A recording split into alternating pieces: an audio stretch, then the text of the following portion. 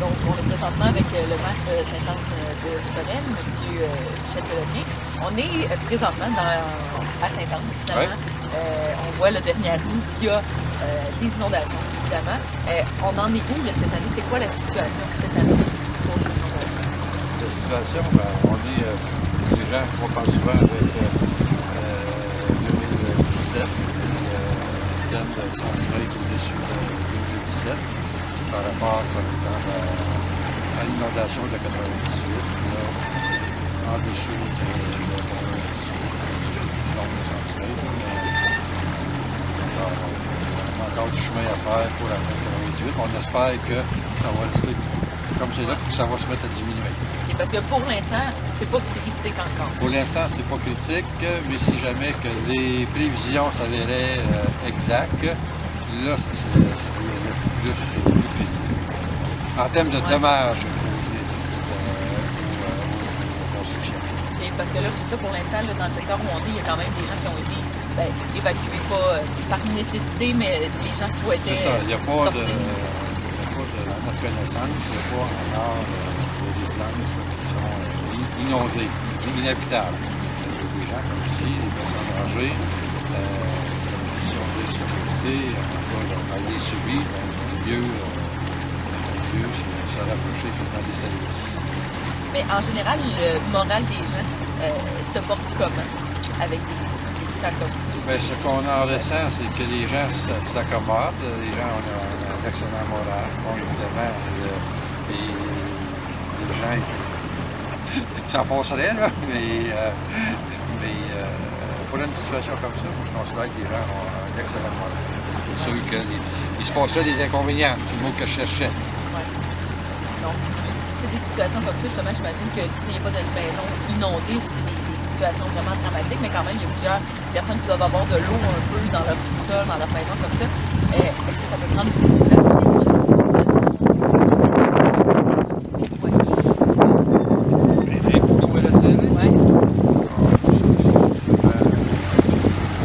Plusieurs jours, seulement, ça dépend. Il n'y a pas un cas semblable. Quand même, du travail pour ces gens-là, en fait, il faut attention, en 2017, exceptionnellement, ça avait duré très longtemps. C'est exceptionnel dans l'histoire, parce que les inondations à la région ici.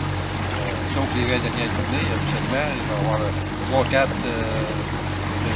inondations importantes par décennie, si on regarde dans l'histoire. Et depuis 20 ans, à part 2017, on a pratiquement pas eu. En fait, la dernière grosse inondation notable, c'était en 1996.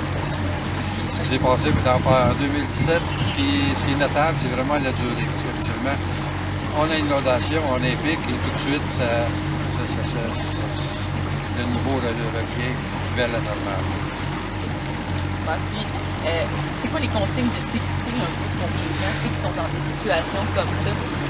On voit beaucoup dans les rues qui sont un peu inondées, pas faire de vagues, etc. Ouais. Est-ce qu'il y a des consignes à respecter justement? En fait, ce qui est important pour les gens qui empruntent le chemin et les endroits où c'est le courant d'eau, c'est d'aller très lentement pour ne pas faire de vagues et respecter les riverains. Il faut qu'ils s'imaginent si c'était eux les riverains, puis quelqu'un le fait de vague, il appuie le pauvre. La même chose. J'imagine, à cause de ces vagues. Oui, exactement. La même chose pour les bateaux, c'est le chemin du port. On manque de chance.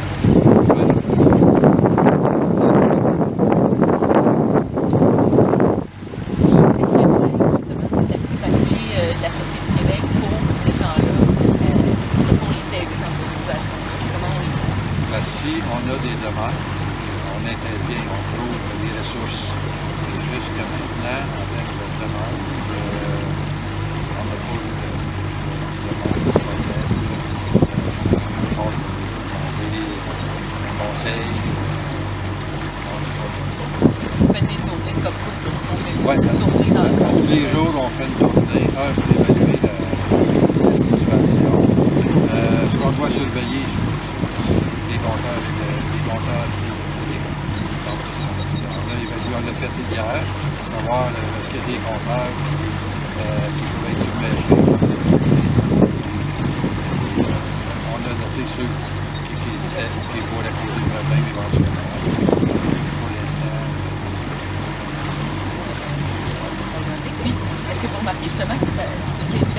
solidarité entre les gens. C'est pas entre voisins, il y a un peu la même chose. Vous remarquez qu'il y a une bonne solidarité là-dedans pour s'entraider. Pour les personnes qui sont nées ici ou qui demeurent ici depuis longue date, des gens qui ont déjà vu ça, effectivement, les gens vont s'entraider. Les personnes, les gens qui sont tellement occupés, Ils peuvent compter sur les conseils. Oui, c'est ça. Sur le plan du moral, c'est peut-être plus difficile pour ces gens-là, c'est de la surprise. Et aussi, je sais que ça fait beaucoup jaser, l'inondation qu'il y a eu en 2017, puis là, il y a le gouvernement de la CAQ qui a annoncé qu'il était prêt à donner un certain montant pour les gens qui veulent justement déménager des secteurs comme ça qui sont souvent inondés. Est-ce que les gens vous posent des questions là-dessus? Qu'est-ce que vous pensez de cette mesure-là? On n'a pas eu de questions. Moi, les gens dans mon entourage ne sont pas intéressés. Souvent, je me faisais une chaîne de temps en temps. Bon, on a un inconvénient une semaine, 2 semaines. On fait exception de 2017. Par ailleurs, il faut penser à tout le reste de l'année où on profite d'un paysage splendide. Beaucoup aimerait avoir. Donc, c'est ça, en résumé, la situation n'est pas critique pour l'instant. On va voir si ça s'en vient. On suit la situation. Parce que là, il annonce un peu de pluie en même temps. En fait, c'est qu'il faut être prêt à toute éventualité. C'est pas que je crains plus qu'il faut. De toute façon, c'est impossible de prévoir. Il y a tellement de facteurs. La vitesse du vent, la direction du vent,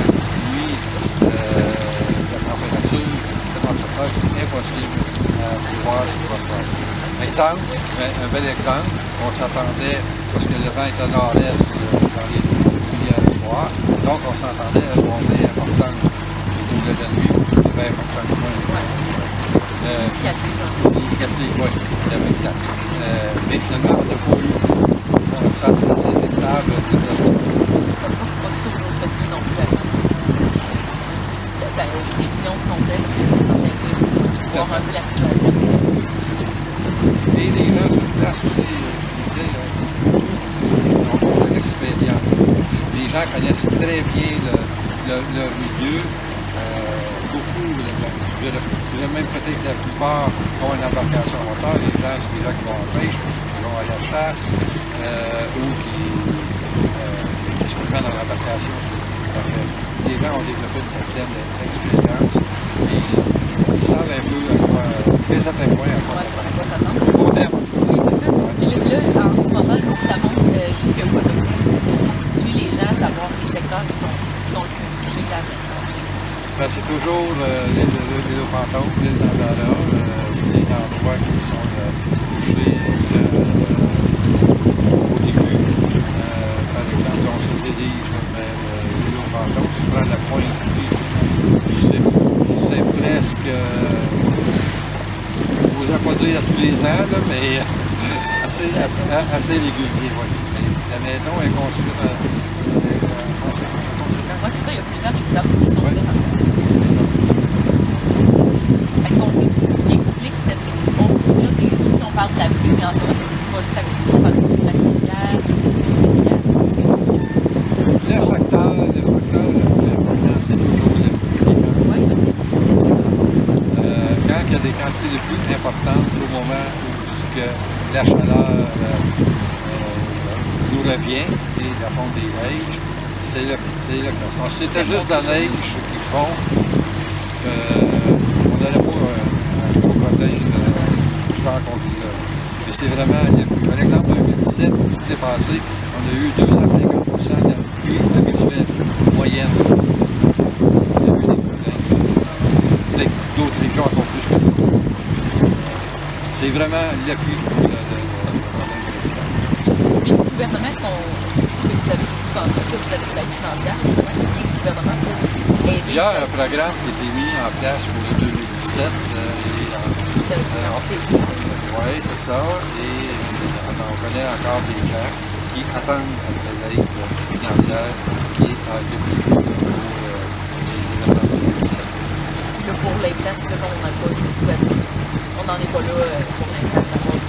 On n'en est pas là, on n'a pas certain qu'il va y avoir